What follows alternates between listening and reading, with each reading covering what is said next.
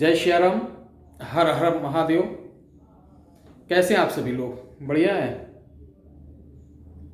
चलिए, नवरात्रि तो व्रत होंगे आप सभी लोग, और साथ में धार्मिक स्थानों का महत्व इन दिनों काफ़ी बढ़ गया है। हम भी देखो दाढ़ी वाड़ी रखाए हैं, ये एक संकल्प के बाद ही कटेगी, क्योंकि पितृपक्ष के पहले से ये दाढ़ी हमने रख ली थी। आज हम बताएंगे आपको कि हमारी जो नौ दुर्गा हैं उनका वास, नौ दिव्य जो औषधियाँ हैं उनमें कहाँ हैं, और वो औषधियाँ हम किस प्रकार से किसी न किसी रूप में लेते हैं और इनका महत्व क्या है। आज हम इसी पर प्रकाश डालेंगे। एक बार बोलेंगे जय माता की, अपने अपने माता पिता की जय, सनातन धर्म की जय, भारत माता की जय, गौ माता की जय। नौ दुर्गा और औषधियां। प्रथम कौन है? शैलपुत्री। प्रथम शैलपुत्री है। और शैलपुत्री किस औषधि का प्रतिनिधित्व करती हैं? हरड़।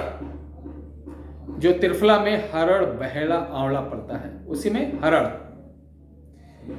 हरड़ वैसे कई प्रकार की होती हैं और कई रोगों में काम आती है। पेट रोग के लिए, ठीक है, ये कई रोगों में काम आने वाली औषधि है। और हरड़ को हिमावती भी बोलते हैं, जो देवी शैलपुत्री का एक रूप है, ठीक है। यह आयुर्वेदिक की प्रधान औषधि है। आयुर्वेदिक में ये मुख्यतः प्रयोग किए जाने वाली औषधि है। लगभग 80% या 60% जो औषधियाँ होती हैं उनमें कहीं ना कहीं इसका प्रयोग होता ही रहता है। यह पथया के नाम से जानी जाती है, हरितिका के नाम से, अमृता, हेमवती, कयस, चेतकी और सिरैशी, ये 7 प्रकार की होती हैं। इसी प्रकार माता का जो दूसरा रूप है ब्रह्मचरणी, इनका ब्रह्मी, जो कि दिमाग मस्तिष्क के लिए ब्रह्मी होती नहीं है, आयु को, याददाश्त को बढ़ाने वाली, रक्त विकारों को दूर करने वाली औषधि ब्रह्मी। इसलिए ब्रह्मी को सरस्वती का भी रूप माना जाता है। तीसरा है चंद्रघंटा, इसे चंद्रशूर भी बोलते हैं। यह एक ऐसा पौधा है जो धनिये के समान गुच्छे में उगता है। यह औषधि मोटापे को कम करती है, मैदा रोग को हटाती है, जो फालतू की वाशा यानी चर्बी आपकी बॉडी में उसको निकालती है। इसीलिए जो आपके चर्म रोग भी हैं उनको भी दूर करती है, इसीलिए इसको चर्महंती भी कहते हैं। चौथा कुष्मांडा, अर्थात पेठा वाला कुम्हड़ा, माता कुष्मांडा। इस औषधि से पेठा, एक मिठाई नहीं होती, बनाई जाती है। इस रूप को पेठा भी कहते हैं, ठीक है। इसे कुम्हड़ा भी कहते हैं, जो रक्त विकारों को दूर करके पेट की सफाई में सहायक होती है। और मानसिक रोगियों को अगर इसका जूस 10 ml सुबह शाम दिया जाए तो बहुत बहुत जबरदस्त रिजल्ट मिलता। साथ ही जो बच्चों के अंदर मेमोरी पावर एकदम वीक है उनके लिए तो ये एक वरदान है। पांचवा है स्कंद माता। स्कंद माता का जो कृपा है, जिस औषधि पे जो स्कंद माता के अनुरूप ही कार्य करती हैं, वो है अलसी। अलसी का बीज जो होता है आजकल मोटापे के लिए, हार्ट के लिए बहुत ही ज़्यादा कैप्सूलों में यूज हो रहा है। अलसी देवी स्कंद माता औषध के रूप में प्रयोग की जाती है और स्कंद माता का स्वरूप इसके अंदर विद्यमान रहता, अंश रहता है। ये हर प्रकार के कफ, वात, पित्त इनका नाश करती है। रोग कब भी करता है व्यक्ति के अंदर? वैदिकी, वैद्य बोलते हैं, या तो वात, कफ, पित्त, ये तीनों का बैलेंस है तो आप कभी बीमार नहीं पड़ेंगे। और तीनों में से एक बिगड़ा तो आप बीमार पड़ेंगे, ठीक है। ये चीज होता है।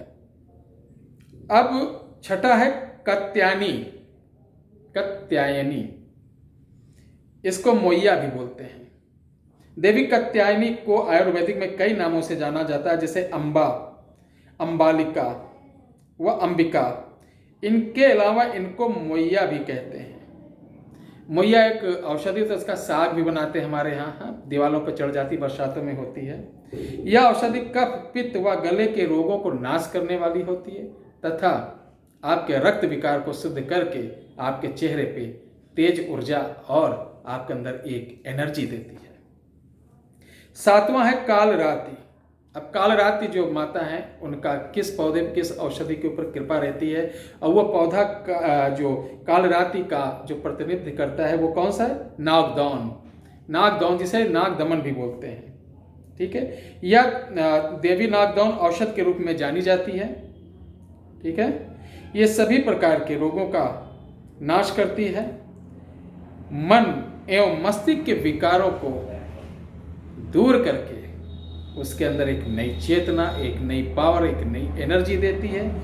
वह नकारात्मक ऊर्जा से जातक को सुरक्षा प्रदान करती है, कवच रूप में उसके साथ रहती है। अब 8वां है महागौरी। महागौरी को तो लगभग सभी लोग जानते हैं, माता तुलसी। तुलसी वैसे 7 प्रकार की होती है, सफ़ेद तुलसी, काली तुलसी, मरुधा, दावना, कुड़ेरका, अजरका, षष्ठपत्रा। ये रक्त को साफ करने वाली तुलसी के बारे में अगर मैं बताऊं तो मेरे ख्याल से मामला काफ़ी लंबा हो जाएगा, क्योंकि कोई ऐसा बच्चा नहीं जो तुलसी के जो फायदे हैं, इनके गुणों को जानता ना हो। तो ये है महागौरी यानी तुलसी। अब आते हैं 9वीं माता यानी नंबर 9 पे, वह सिद्धदात्री। सिद्धदात्री सिद्धदात्री किस औषधि का प्रतिनिधित्व करती हैं? शतावरी। ये माताओं को जब बालक पैदा होता है ना, दूध की कमी रहती है तो उसमें दिया जाता है। दुर्गा का 9वां रूप सिद्धदात्री का, जिसे नारायणी शतावरी कहते हैं। ये बल, बुद्धि, विवेक और आपके ऊर्जा के लिए एक बहुत ही अच्छा साधन है। तो ये जितनी मैंने औषधियां बताई, आप इन 9 जो दुर्गा में से किसी के उपासक हो, साधक हो, तो साधना काल में जिस माता का, जैसे शैलपुत्री का कर, स्कंद माता का, कालरात्रि का, तो उसी संबंधित औषधि का भी आप अपने घर में कहीं वृक्षारोपण कर दें, उसकी भी आरती करें, उसकी भी पूजा करें, तो उसका लाभ कई गुना बढ़ जाता है। और इन्हीं औषधियों को लाके अब जैसे अब आपको औषधि में प्रयोग करना रोगों में, तो इनको जैसे आपका हम एक एग्जाम्पल बता रहे हैं, कालरात्रि है, नाग दमन को लाना है आपको रोगों के लिए, तो नाग दमन को आप कालरात्रि देवी के मंत्रों से अपमंत्रित करके लाइए, उन्हीं मंत्रों से पढ़ते हुए यह औषधियों को बनाइए, तो यह 100 गुना जहां आपको रिजल्ट देंगी वहां 1000 गुना देती है, ठीक है। तो ये बहुत ही ज़बरदस्त नॉलेज है, इसको मैंने आपके साथ शेयर किया। नवरात्रि स्पेशल हमारा चल रहा है, जिसमें आपको ऐसे ऐसे अचूक, ऐसे ऐसे दुर्लभ टोटके और दुर्लभ जानकारी दी जाएगी जो अभी तक आपके मतलब आपके तक नहीं पहुंचाई गई थी, आप इसके बारे में जानकारी नहीं थी, और ये गुप्त और लुप्त होती चली जा रही थी। धन्यवाद। जय माता की बोलिए और कमेंट में जय माँ दुर्गे जरूर लिखिएगा। अपने माता पिता की इज्जत करें, बहनों की इज्जत करें और अच्छा कार्य करें, जिससे माता देवी और देवता सभी प्रसन्न हैं और आपका आचार विचार संस्कार होकर आप शुद्ध होकर आप उन्नत करें, तरक्की करें। जय माता की, जय भवानी, जय श्री राम।